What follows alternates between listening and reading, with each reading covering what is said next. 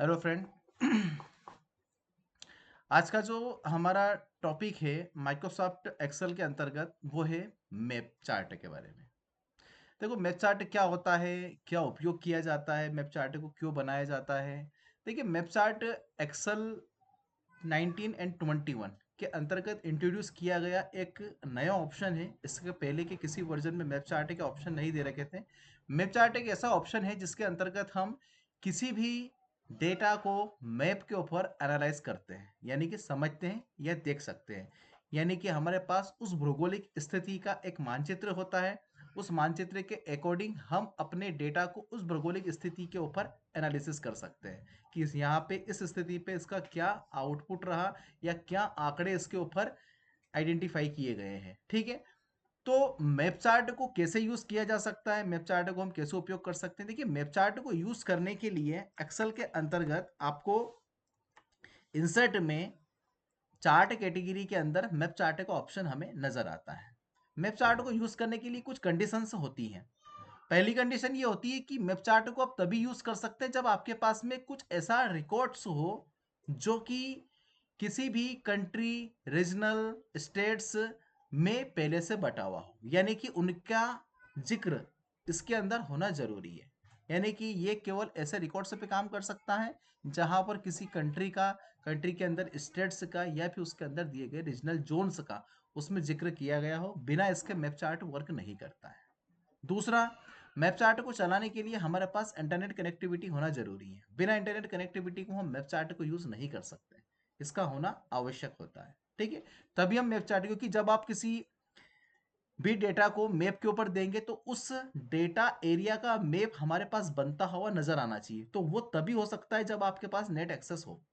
बिना इसके नहीं कर सकते। जैसे हमारे पास में एक डेटा है, इस डेटा के अंतर्गत हमने दुनिया की जितने भी देश होते हैं, जितनी भी कंट्रीज है, इन सभी कंट्री के आंकड़े हमने यहाँ पे ले रखे हैं और इन सब कंट्रियों के अकॉर्डिंग हमने इसके अंदर पॉपुलेशन पॉपुलेशन इन 24 यानी कि 2024 तक इन कंट्रियों में क्या पॉपुलेशन स्थिति रही वो हमने यहाँ पे ऐड कर दिया है। और ये सभी कंट्री हैं ऑल वर्ल्ड की। ठीक है। हम इसके ऊपर एक चार्ट बनाना चाहते हैं और चार्ट हम देखना चाहते हैं मैप, कि हम इन कंट्रियों के अंदर पॉपुलेशन स्टेटस बाय मैप देख पाए।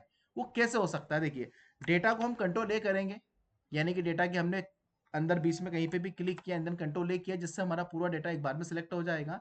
इसके बाद जैसे आप मैप चार्ट पे क्लिक करेंगे और यहाँ पे हम क्लिक करते हैं तो कुछ समय लेगा और कुछ समय बाद आपकी इस डेटा एरिया के अनुसार वो चार्ट आपके सामने यहाँ पे बनता हुआ नजर आएगा। क्योंकि नेट एक्सेस होना चाहिए और नेट के अंतर्गत ही एक्सेस होता हुआ ये चार्ट आपके सामने बन के आता है।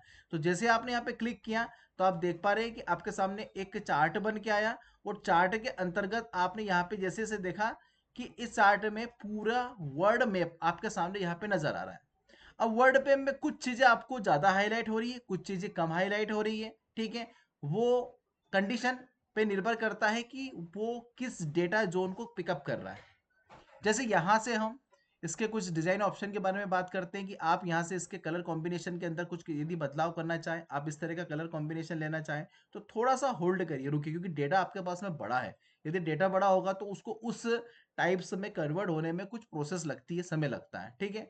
डेटा अगर नॉर्मल होता है तो वो क्विकली उसमें एक्सेस हो सकता था, लेकिन अगर डेटा बड़ा होता है तो कभी कभी उसमें समय लग जाता है उसको कन्वर्ट होने में। देखिए, आपने क्लिक किया, यहाँ पे आप क्लिक करेंगे तो इस तरह से भी आपको वो दिखाएगा, या फिर यहाँ क्लिक करेंगे तो इस टाइप से भी as a colour designing combination आपको नजर आएगा। यदि आप यहाँ पे कलर डिजाइनिंग कॉम्बिनेशन बदलना चाहते हैं तो यहाँ पर आप बदल भी सकते हैं। जैसे कि यहाँ पे कुछ ऑप्शन यहाँ पे दे रखे हैं, ऐसे क्लिक आप करेंगे तो उस कलर कॉम्बिनेशन के हिसाब से आपका चार्ट आपको यहाँ पे नजर आएगा। देखिए, आप देख पा रहे हैं चेंज हो रहे हैं यहाँ पे।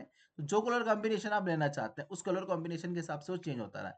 जैसे कि मान लीजिए हमने यहाँ पे एक मैप लिया और इस मैप के अंदर दुनिया का पूरा नक्शा हमारे सामने नजर आ रहा है। अब यहाँ पे जरा गौर करने वाली बात है कि दुनिया के सबसे ज्यादा पॉपुलेशन वाले देश होते हैं एंड इंडिया एंड चाइना, जो सबसे टॉप कंट्रीज हैं, वो हमें यहाँ पे देख पाएंगे सबसे ज्यादा डार्क पोजिशन में नजर आ रहे हैं। जिन कंट्री के अंदर इनसे कम पॉपुलेशन है वो यहाँ इस तरह से नजर आ रहे हैं, और कम पॉपुलेशन है वो यहाँ पे इस तरह से नजर आ रहे हैं। जिनकी पॉपुलेशन मिडिल एज में वो नजर आ रहे हैं, जिनकी पॉपुलेशन बहुत कम है वो और ज्यादा लाइट कलर से में नजर आ रहे हैं। ठीक है। आप देख पा रहे हैं यहाँ पे इस डाटा एरिया को देख के भी आप समझ सकते हैं कि यहाँ पे जो हाई वैल्यू है वो इस कलर में नजर आ रही, जो लो वैल्यू हो वो एकदम व्हाइट या फिर कलर जैसे ही हमें दिखाई दे रहा है। तो इस तरह से भी आप देख के समझ सकते हैं कि जो जहाँ पे ज़्यादा डार्क पोजीशन है वो टॉप स्थिति में है या मिडिल स्थिति में है, ठीक है, या फिर लोवेस्ट कंट्रियाँ हैं। अब इस चार्ट के ऊपर यदि हम डेटा के पॉइंट्स या फिर कंट्रीज नेम यहाँ पे शो करना चाहते हैं तो उसके लिए आपको क्या करना पड़ेगा, यहाँ पे इस प्लस साइन पे आपको क्लिक करना है, डेटा लेबल्स पे आपको जाना है। जैसे आप डेटा लेबल्स पे क्लिक करते हैं तो आप देख पाएंगे कि यहाँ पे डेटा लेबल शो होना चालू हो गए। आपने यहाँ पे देखा जैसे डेटा लेबल आपको दिख भी रहे, मैं आपको जूम करके दिखा देता हूँ। इस तरह से डेटा लेबल शो हो रहे हैं यहाँ पे, लेकिन डेटा लेबल आपको से आप यहाँ पे कंट्री के नेम फाइंड आउट नहीं कर सकते हैं क्योंकि अलग अलग मैप्स पे अलग अलग कंट्रियां हैं। तो यहाँ पे हम चाहते हैं कि एज अ कंट्री नेम, तो हम यहाँ पे जाएंगे मोर डेटा लेबल्स पे।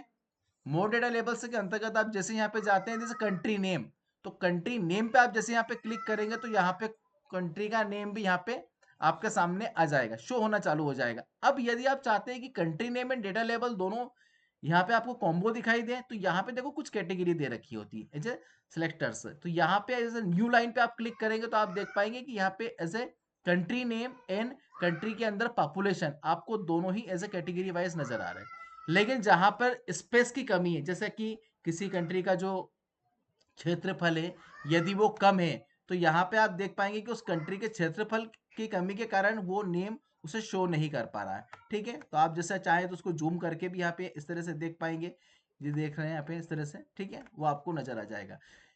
इस तरह से भी आप अपने मैप चार्ट को यूज कर सकते हैं। हमारे पास एको डेटा है मैप चार्ट को समझने के लिए, हमने यहाँ पे एको डेटा यहाँ पे यूज किया हुआ है। ये हमारे पास एक सेल रिपोर्ट डेटा है जिसके अंतर्गत हमने यहाँ पर देख रखा है कि इंडिया में जितनी स्टेट्स हैं उनके अंदर क्या आइटम से बेचे गए, कितनी क्वांटिटी में और क्या रेट पर बेचे गए और किस अमाउंट पर उन आइटम को सेल किया गया। ठीक है, और पार्टी नेम्स क्या थे, क्या डेट पे बेचे गए, बिल नंबर्स उनके क्या थे। हम इस डेटा के अकॉर्डिंग एक मैप चार्ट बनाना चाहते हैं। तो सबसे पहले हम इस डेटा को सिलेक्ट करेंगे और ये डेटा यदि टेबल में नहीं है तो इस डेटा को टेबल में कन्वर्ट कर लीजिएगा आप पहले। ठीक है, डेटा को टेबल में कन्वर्ट करने के बाद हम इस डेटा के ऊपर एक रिकमेंडेड पॉइंट टेबल यहाँ पे ले लेते हैं और यहाँ पे ओके करेंगे। पॉइंट टेबल लेने के बाद हमें स्टेट और स्टेट के अंतर्गत इनके अमाउंट्स, जो अमाउंट हर स्टेट के अंदर हाईएस्ट अमाउंट किस स्टेट का रहा, हम वो इसमें value as a map chart निकालना चाहते हैं। तो इसके ऊपर हमें एक चार्ट बनाना है। हमने यहाँ पे इसे क्लिक किया और क्लिक करने के बाद हम यहाँ पर इंसर्ट के अंतर्गत मैप चार्ट पे जैसे क्लिक करते हैं तो क्लिक करने के बाद आप देख पाएंगे कि यहाँ पे मैप चार्ट नहीं बन रहा है क्योंकि का मैप चार्ट में एक समस्या है कि वो डायरेक्ट पॉवेट टेबल के ऊपर इंसर्ट नहीं हो सकता। तो वो आपसे क्या कह रहा है कि यहाँ पे लिखा हुआ है एक ऑप्शन कि you can create that pivot table type से डेटा इनसाइड। ठीक है, ए पॉवेट टेबल यानी कि पॉवेट टेबल के अंदर डेटा इनसाइड है अगर, तो यहाँ पर आप प्लीज सिलेक्ट करें और यहाँ पर एक आउटसाइड डेटा ले ले जो पॉवेट टेबल से बाहर हो। यानी कि पॉवेट टेबल का डेटा हमें आउटसाइड इंसर्ट करना होगा। उसके बाद जाके यदि आप मैप चार्ट का यूज करेंगे तो आप मैप चार्ट बना सकते हैं। जैसे कि हमने इस डेटा को यहाँ से कॉपी किया, कॉपी करने के बाद हम यहाँ पे क्लिक करते हैं और इसे हम यहाँ से एज अ लिंक करते हैं। लिंक करने के अच्छा लिंक के बेनिफिट्स क्या है, लिंक एक ऐसा ऑप्शन होता है कि जो आपका डेटा बाहर तो है, अलग तो है, लेकिन अलग होने के बावजूद भी अलग नहीं है। जैसे हम यहाँ पे क्लिक करते हैं तो क्या दिखा रहा है as a row reference number, यानी कि आपका रो रेफरेंस क्या है, ये डेटा किस रो रेफरेंस का पास किया हुआ है। यानी कि वो आपको वैल्यू नहीं दिखाएगा, रो रेफरेंस नंबर दिखाएगा कि आपका जो डेटा है वो लिंक है इस एरिया से। देखो ये टेबल इससे लिंक है और ये टेबल हमारे मेन डेटा से लिंक है। यदि मेन डेटा में कोई परिवर्तन होता है तो वो परिवर्तन हमारे इस टेबल पे भी होगा और वो परिवर्तन हमारे इस टेबल पे भी होगा। ठीक है, अब इसके ऊपर इसे हम क्लोज कर देते हैं। इसके ऊपर हम बनाने वाले हैं एक मैप चार्ट। मैप चार्ट पे हमने क्लिक करेंगे एंड देन यहाँ पे क्लिक करेंगे। देखो नहीं बता रहा, लेकिन अब यहाँ पे यदि क्लिक करते हैं, इसे कंट्रोल ए कर लें और इसके अंदर हम थोड़ा सा ये जो टोटल अमाउंट है इसको हटा देते हैं। इसके बाद हम मैप चार्ट पे क्लिक करेंगे, यहाँ पे क्लिक करेंगे तो थोड़ा सा समय आपका लेगा। अभी देखो अभी केवल इंडिया का मानचित्र आपको नजर आ रहा है, इंडिया का ही मैप नजर आ रहा है, जबकि इसके पहले जब आपने वर्ल्ड पॉपुलेशन पे क्लिक किया था तो पूरे वर्ल्ड का मैप नजर आ रहा था। ये हो रहा है नेट एक्सेस क्राइटेरिया में, यानी कि आपको जब नेट एक्सेस रहेगा तो वो आपका चार्ट उसी डेटा एरिया का दिखाएगा जिस एरिया का आपके पास डेटा है। हम थोड़ा सा इसको बड़ा करते हैं यहाँ से, इस प्रकार से बड़ा करने के बाद आपका जो इंडियन मैप है वो आपको नजर आ रहा है। यहाँ पर आप इंडियन मैप के अंतर्गत कुछ कलर कॉम्बिनेशन बदलना चाहते हैं तो यहाँ से बदल सकते हैं, या फिर यहाँ से भी आप डेटा के अंदर कोई बदलाव करना चाहते हैं कि आपको डेटा इस तरह से या फिर ऐसे नजर आए, तो जिस तरह से भी आप डेटा को एनालिटिक करना चाहते हैं उस तरह से आप डेटा को यहाँ पे देख सकते हैं।